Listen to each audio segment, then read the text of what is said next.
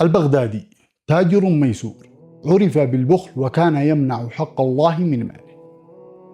وفي أحد الأيام جلس مع زوجته لتناول طعام الغداء، وكان على رأس المائدة دجاجة مشوية. وأثناء ذلك طرق سائل الباب وقال: جائع مسكين، أطعموني مما أطعمكم الله. ولم يلتفت التاجر لذلك النداء، واستمر في تناول طعامه بنهم وشراهة. فقامت الزوجة بأخذ رغيف ووضعت فيه جزءا من الدجاجة، وتوجهت لذلك السائل لتعطيه،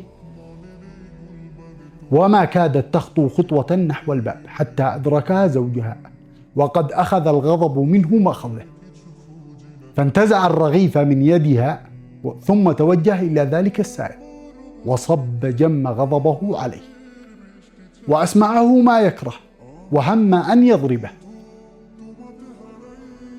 فمضى السائل من بابه منكسرا، وكأن لسان حاله يقول: تراني مقبلا فتصد عني، كأني أبتغي دوما رضاك، سيغنيني الذي أغناك عني، فلا فقري يدوم ولا غناك.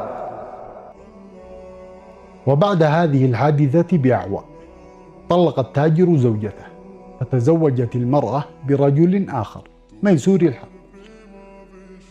وفي أحد الأيام جلست المرأة مع زوجها لتناول طعام الغداء، وأثناء ذلك طرق سائل الباب وقال: جائع مسكين، أطعموني مما أطعمكم الله. فقام زوجها الثاني بأخذ الدجاجة وتوجه نحو السائل، فلحقت المرأة بزوجها لترى ما سيصنع مع السائل، فرأت أن زوجها قد كلم السائل بكلام طيب وأعطاه الدجاجة كاملة، وما كادت ترى ذلك حتى تساقطت الدموع من عينيها. فسألها زوجها بعد ذلك: ما يبكيك؟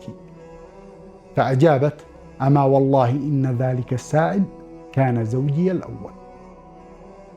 فقال: سبحان الله، أما والله إني كنت ذلك السائل الذي نهرني عن بابه.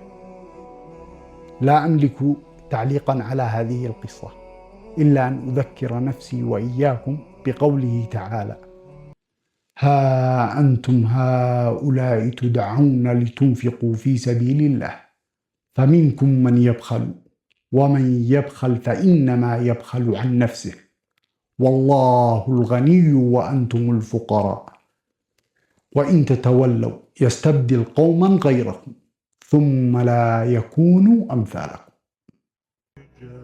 طبتم وطابت متابعتكم، وتبوأتم من الجنة مقعدا. في أمان.